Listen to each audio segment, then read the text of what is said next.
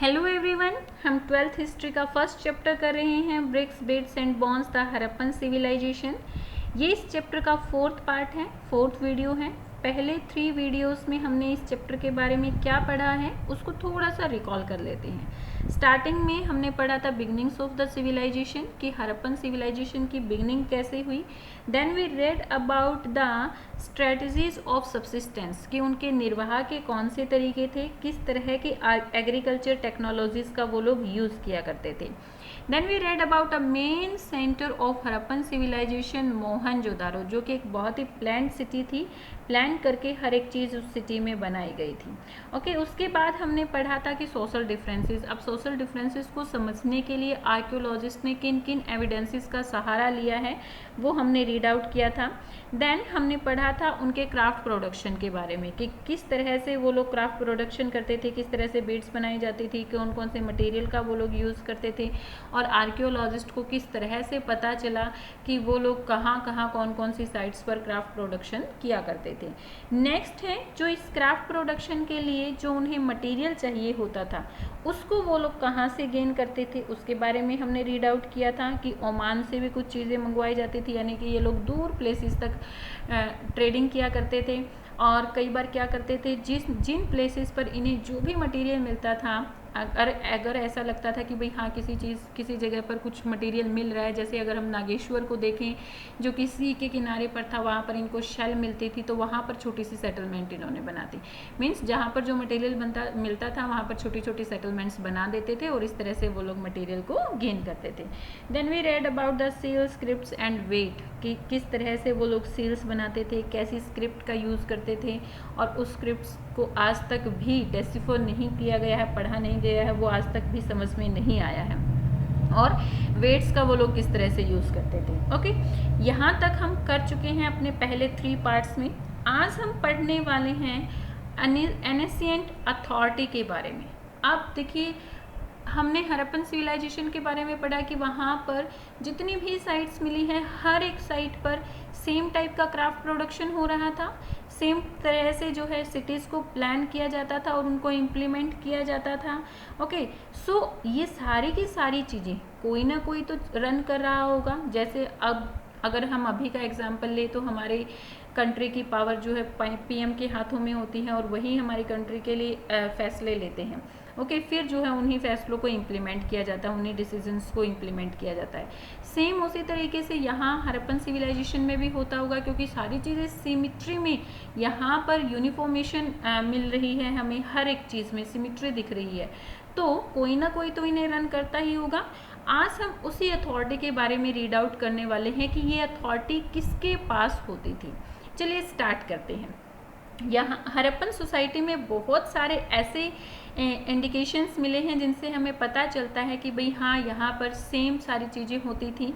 For example, अगर हम BRICS और आर्टिफैक्ट्स की एक्स्ट्रा ऑर्डिनरी यूनिफॉर्मिटी को देखें, अगर हम वेट को देखें, सेल्स को देखें, ब्रिक्स को देखें, यहाँ की पोट्री को देखें, तो वो हर एक साइट पर, चाहे वो जम्मू है चाहे वो गुजरात है, जम्मू से लेकर गुजरात यानी कि जितने भी एरिया में ये सिविलाइजेशन फैली हुई थी हर एक जगह पर सेम देखने को मिली है। कोई ऐसा प्लेस नहीं था कि जिसमें अलग देखने को मिली है। ओके, सो इन चीज़ों को कौन करता था, कौन इम्प्लीमेंट करता था, कौन इनका डिसीजन लेता था, इस चीज़ को हम आज रीड आउट करेंगे। हु ऑर्गेनाइज्ड दीज एक्टिविटीज़, इन एक्टिविटीज़ को ऑर्गेनाइज कौन करता था। Palaces and kings, palaces and kings. If we look for the center of the power of the depiction of the people in power, archaeological records provide no immediate answer. अगर हम power के centre के बारे में देखें कि भाई सत्ता किसके हाथों में होती थी, पावर किसके हाथों में होती थी, तो आर्कियोलॉजिस्ट को आज तक भी ऐसा कोई एविडेंस नहीं मिला है जिससे ये पता चले कि किसके हाथों में ये पावर होती थी। अभी तक इस चीज़ का कोई आंसर हमें नहीं मिला है, हमारे पास ये आंसर ही नहीं है कि पावर किसके हाथों में होती थी। अगर हम मोहनजोदारो की लार्ज बिल्डिंग के बारे में देखें जो कि सिटेडल थी, सिटेडल के बारे में हमने रीड आउट किया था, वो एक लार्ज बिल्डिंग थी, बट वो आर्कियोलॉजिस्ट ने उसको जो है एक पैलेस की तरह नाम दिया है कि भाई हाँ वो एक पैलेस की तरह हो सकती हैं, लेकिन जब उसको डीपली डिस्कवर किया गया तो देखा गया कि उसमें पैलेस जैसा कोई भी साइन नहीं है। जैसे आज हम अगर पैलेसेस को, जो अभी भी पैलेसेस एग्जिस्ट कर रहे हैं, लाइक ताजमहल ही है, अगर आप लोगों ने उसको देखा होगा तो वो कितने विशाल तरीके से बनाया गया है, कितना मैग्निफिसेंट वे से उसको बनाया गया है, लेकिन सिटेडल में, मोहनजोदारो के सिटेडल में ऐसा कुछ भी नहीं पाया गया। हाँ वो एक बड़ी बिल्डिंग जरूर थी, उसको एक ऊंचे प्लेटफॉर्म पर भी बनाया गया था, लेकिन उसमें पैलेस जैसे कोई भी साइंस नहीं मिले हैं। वहाँ पर एक प्रिस्ट किंग का स्कल्पचर मिला है। सो आर्कियोलॉजिस्ट का मानना है कि वहाँ पर जो प्रिस्ट होते थे, जो पुजारी होते थे, वही, उन्हीं के हाथों में अथॉरिटी होती होगी शायद, और वही सारे डिसीजन लेते होंगे। लेकिन अगर इसी के कंपैरेटिवली हम हड़प्पा के बारे में देखें तो हड़प्पा के जो रिचुअल प्रैक्टिसेस होती थी उनके बारे में हमें अभी तक कुछ नहीं पता चला है। हड़प्पा में ऐसे कोई साइंस नहीं मिले हैं कि जो लोग ये रिचुअल प्रैक्टिस करते थे, यानी कि जो प्रिस्ट होते थे, क्या उनके हाथों में पॉलिटिकल पावर होती थी या नहीं होती थी, क्योंकि ऐसे स्कल्पचर सिर्फ मोहनजोदारो की साइट पर मिली है, हड़प्पा या दूसरी साइट्स पर नहीं मिली है। सो ये अथॉरिटी किसके हाथों में होती थी, आर्कियोलॉजिस्ट को नहीं पता चला है। आर्कियोलॉजिस्ट ने अब इससे रिलेटेड अलग अलग ओपिनियंस दिए हैं। कुछ का मानना है कि हड़प्पा सोसाइटी में कोई रूलर नहीं होता था, हर किसी के पास सेम पावर होती थी, इसीलिए हर कोई जो है इक्वल स्टेटस को एंजॉय कर रहा था। यहीं पर दूसरे फील करते हैं कि अलग अलग साइट्स के अलग अलग रूलर्स हुआ करते थे और वो अपने अपने प्लेसेस के लिए डिसीजन लिया करते थे। एक और यहाँ पर ओपिनियन है कि जितनी भी ये हड़प्पन सिविलाइजेशन थी, सभी का एक ही रूलर था और वही जो है डिसीजन लेता था, उसी के अकॉर्डिंग प्लान किया जाता था और उसी प्लान को फिर इम्प्लीमेंट भी किया जाता था। सो जो ये थर्ड वाला ओपिनियन है आर्कियोलॉजिस्ट का, ये थोड़ा सा सही लग रहा है। इसके सही लगने के पीछे रीज़न क्या है, क्योंकि हमने देखा कि हर जगह सेम क्राफ्ट प्रोडक्शन है, आर्टिफैक्ट सेम है, सेम टाइप की बिल्डिंग्स बनाई गई हैं, सेम टाइप की ब्रिक्स है, मीन्स हर जगह सेम सारी चीज़ें हैं। तो हो सकता है कि वहाँ पर सिर्फ एक ही रूलर हो और वही सारे डिसीजन लेता हो और उसी के अकॉर्डिंग जो है प्लान किया जाता हो और इम्प्लीमेंट किया जाता हो। क्योंकि अगर हम फर्स्ट वाले को देखें कि भाई हाँ हड़प्पा में कोई रूलर नहीं होता था, अगर हम इसको देखें और समझें कि भाई कोई रूलर नहीं होता था, तो फिर हर एक साइट पर हमें सेम सारी चीज़ें कैसे मिली। ऐसा तो नहीं हो सकता कि भाई सभी लोग इकट्ठा होते हैं और फिर जो है डिसाइड करते हैं, ये सारी चीज़ें तो पॉसिबल नहीं थी। क्योंकि अगर पॉपुलेशन के हाथों में, जनता के हाथों में ये डिसीजन दे दिए जाएं, अगर सपोज अभी हम देखें कि हमारी कंट्री के पॉपुलेशन के हाथों में डिसीजन दे दिए जाएं, तो इतने सारे लोग, सबके जो है व्यू अलग अलग होंगे, तो एक चीज़ को इम्प्लीमेंट नहीं किया जा सकता। लेकिन वहाँ पर तो सारी चीज़ें सेम थी, यूनिफॉर्मिटी थी हर एक चीज़ में।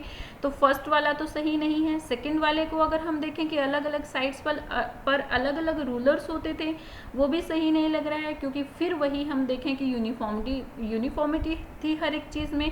सो जो थर्ड वाला ओपिनियन हमें आर्कियोलॉजिस्ट ने दिया है कि भाई हाँ वहाँ पर एक ही रूलर होता था और वही सारी चीज़ों को इम्प्लीमेंट करता था, ये थोड़ा सा सही लग रहा है। बट अभी तक भी क्लियर नहीं है कि ये सही है या नहीं है। मीन्स आर्कियोलॉजिस्ट को अभी तक भी नहीं पता चला है कि यहाँ पर अथॉरिटी किसके हाथों में होती थी। ओके, नेक्स्ट है द एंड ऑफ सिविलाइजेशन। अब सिविलाइजेशन का एंड कैसे हुआ, इतने बड़े एरिया में फैली हुई सिविलाइजेशन का एंड कैसे हुआ।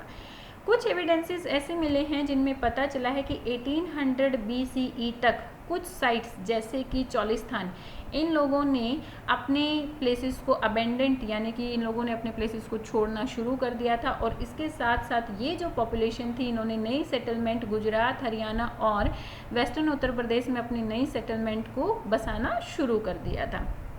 कुछ साइट्स ऐसे मिली हैं जो 1900 BCE के बाद भी एग्जिस्ट कर रही थी, बट उनमें कुछ चेंजेस आना शुरू हो गए थे। जैसे कि उनकी जो डिस्टिंक्टिव आर्टिफैक्ट्स थी, weight, seals, special beads, writing, long distance trade and craft specialisation also disappeared. ये सारी चीज़ें डिसअपियर होना शुरू हो गई थी।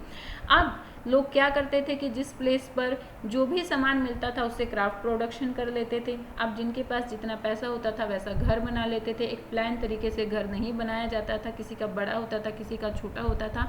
सो ये सारी चीज़ें किस चीज़ की तरफ इंडिकेट करती हैं? ये सारी चीज़ें इंडिकेट करती हैं a rural way of life, यानी कि लोगों ने अब गाँव की तरह रहना शुरू कर दिया था। मोहनजोदारो को या हमने दूसरी साइट्स को पहले देखा तो ये एक प्लान्ड अर्बन सेंटर्स होते थे, लेकिन 1900 के बाद ये सारी चीज़ें चेंज होना शुरू हो गई थी और लोगों ने रूरल वे ऑफ लाइफ जीना शुरू कर दिया था। Then what brought about these changes, ये चेंजेस किस वजह से आए यहाँ पर। अब इस चीज़ को लेकर भी आर्कियोलॉजिस्ट के अलग अलग ओपिनियंस हैं, कोई किसी एक रिजल्ट पर नहीं पहुँचे हैं। कुछ का मानना है कि यहाँ क्लाइमेट चेंज की वजह से, deforestation, excessive floods, the shifting and drawing up the reverse, over use of the landscapes, ये सारे रीज़न रहे होंगे इन सिविलाइजेशंस के एंड होने के। लेकिन ये रीजंस किसी एक सेटलमेंट को तो एंड कर सकते हैं, उसको डिके कर सकते हैं, उसका डिक्लाइन कर सकते हैं, लेकिन पूरी की पूरी सिविलाइजेशन इस वजह से एंड हो जाए ये पॉसिबल नहीं है। अगर हम फ्लड का ही एग्जाम्पल लें, जो एरियाज़ जैसे नागेश्वर था, जो एरियाज़ सीज के पास हैं वो फ्लड से एंड हो गई होंगे, हम मान सकते हैं। लेकिन ऐसे सेटलमेंट जो राजस्थान में थी वहाँ तो फ्लड आ ही नहीं सकती है, तो वो फ्लड से कैसे एंड हुए वो हम मान नहीं सकते हैं। सो यहाँ पर भी हमारे जो आर्कियोलॉजिस्ट हैं उनका सेम ओपिनियन नहीं है कि भाई हाँ इस सिविलाइजेशन का एंड किस वजह से हुआ। हो सकता है कि हाँ भाई ये इनमें से कोई एक रीज़न किसी एक सेटलमेंट के लिए, मतलब किसी एक प्लेस पर रहा होगा और फिर उसके बाद जो है लोगों ने उस प्लेस को छोड़कर दूसरी जगह पर बसना शुरू कर दिया होगा। जैसे कि अभी हमने देखा कि चोलिस्तान से लोगों ने गुजरात, हरियाणा की तरफ और उत्तर प्रदेश की तरफ आना शुरू कर दिया होगा।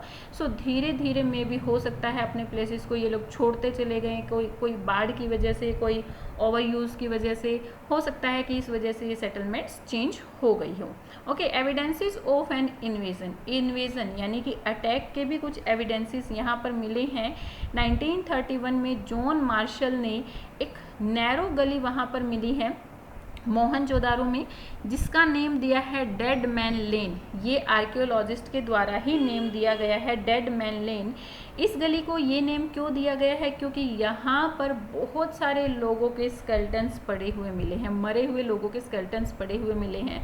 अब अगर इस गली के वेस्ट वर्ड की तरफ हम टर्न करते हैं तो यहाँ पर a part of skull, bones of throat, upper arm and adult were discovered. Means अलग अलग प्लेसेस पर लोगों की हड्डियाँ और शरीर के बॉडी के अलग अलग पार्ट्स जो हैं उनकी हड्डियाँ पड़ी हुई मिली हैं। सो लगता है कि हाँ इनके ऊपर किसी ने अटैक किया होगा, इस वजह से ये सिविलाइजेशन एंड हो गई होगी। सो यहाँ पर ये थोड़ा सा ओपिनियन देखने को मिला है। लेकिन फिर 1968 में जॉर्ज डेल्स ने इसके ऊपर एक क्वेश्चन उठाया है कि भाई ये ओपिनियन सही नहीं है, क्योंकि जब इन स्केलेटन की कार्बन डेटिंग की गई तो उस कार्बन डेटिंग में ये पता चला है कि इनके मरने की जो डेट है वो अलग अलग है, वो अलग अलग डेट्स में इन लोगों की डेथ हुई है। सो उन्होंने यही कहा है कि अगर इस सिविलाइजेशन का एंड अटैक की वजह से हुआ है, सो सभी की जो डेड बॉडीज़ के मरने की जो डेट है वो सेम होनी चाहिए थी, जो कि सेम नहीं है। और जो ऐसे प्लेसेस थे जहाँ पर हथियार बनाए जाते थे वहाँ पर भी सैनिकों के कुछ मरने का, मतलब सैनिकों की कोई भी स्केलेटन वहाँ पर नहीं मिली है, ना ही महलों के पास किसी टाइप की कोई स्केलेटन मिली है, यानी कि जो सिटेडल था उसके पास भी कोई स्केलेटन नहीं मिली है। सो ये भी ओपिनियन सही नहीं लग रहा है कि भाई हाँ इनके ऊपर किसी ने अटैक किया होगा। सो हमने यही देखा कि आर्कियोलॉजिस्ट किसी एक ओपिनियन पे नहीं है कि सिविलाइजेशन का कैसे एंड हुआ है, अलग अलग वेज इनके ओपिनियंस इसके ऊपर हैं इनके। ओके, सो आज हम यहीं तक करने वाले हैं। Next part will do in next video. I hope आपको सारी चीज़ें क्लियर हो रही होंगी। Please please please tell me in comment section, like and share my videos and subscribe my channel. Thank you, bye bye, keep learning.